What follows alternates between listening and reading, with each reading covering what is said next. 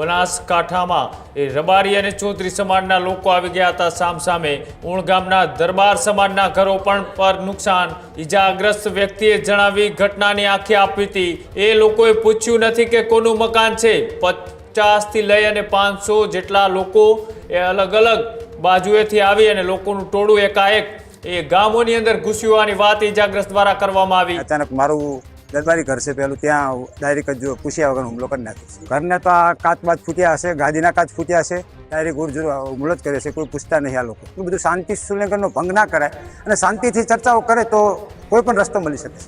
આખો વિડીયો જોતા પહેલા હજુ પણ અમારી ચેનલને સબસ્ક્રાઇબ નથી કરી તો યુટ્યુબ પર સબસ્ક્રાઇબ કરો અને ફેસબુક અને ઇન્સ્ટાગ્રામ પર ફોલો કરો।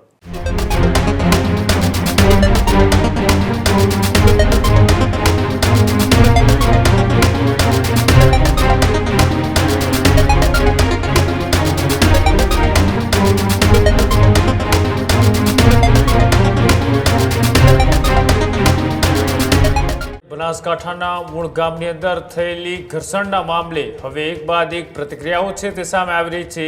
બનાસકાંઠામાં રબારી અને ચૌધરી સમાજના લોકો આવી ગયા હતા સામસામે।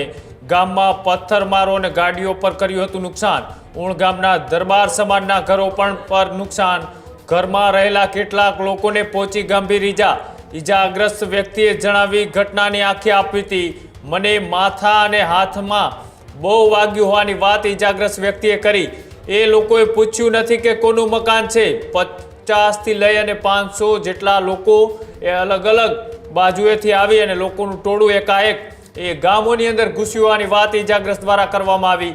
જે રીતના એ આખો બનાવ બન્યો છે, આ બનાવને લઈ અલગ અલગ એ વિડીયો અને પ્રતિક્રિયાઓ સામે આવી રહી છે। ત્યારે ઉણ ગામથી જ એક ઈજાગ્રસ્ત વ્યક્તિનો વિડીયો સામે આવ્યો છે કે જે રીતના એ ટોળું ઘૂસી આવ્યું હતું ને કોનું મકાન છે કે કોણ વ્યક્તિ છે તે કાંઈ પણ વસ્તુ જોયા વગર એ પથ્થરમારો અને ધોકા અને લાકડીઓથી હુમલો જ કરવામાં આવ્યો હતો, જે ઘર્ષણ સર્જાયું હતું।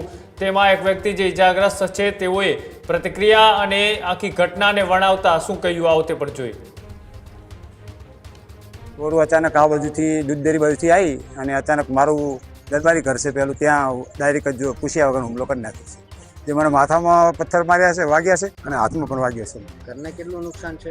ઘરને તો આ કાચ બાચ ફૂટ્યા હશે, ગાદીના કાચ ફૂટ્યા હશે અને તમને જોવામાં આવે છે કે કેટલા પથરા પડ્યા છે। ડાયરેક્ટ ઉરજુર હુમલો જ કરે છે। કોઈ પૂછતા નહીં આ લોકો। નકે એમને પૂછવાની ફરજ આવે છે કે કોનું મકાન છે કોનું નથી। કોણે હુમલો કર્યો હતો? પટેલ સમાજના લોકો હતા। આખું ચોરે ચોરું હતું છે। કેટલા લોકો હશે? અંદાજે લગભગ 500 જેવા।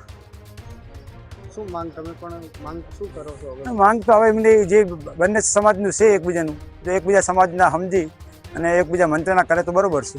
ને કે આ અલગ અલગ સમાજથી રીતે નુકસાન થયું છે, તમારા ઘર ઉપર પથ્થરમારો છે, તમે શું રજૂઆત કરો? અમે તો જ રજૂઆત કરીએ કે ભાઈ પૂછો અને પછી તમે અને આવી પથ્થરમારો ડાયરેક્ટ આટલું બધું શાંતિ સુલેંગરનો ભંગ ના કરાય અને શાંતિથી ચર્ચાઓ કરે તો કોઈ પણ રસ્તો મળી શકે છે।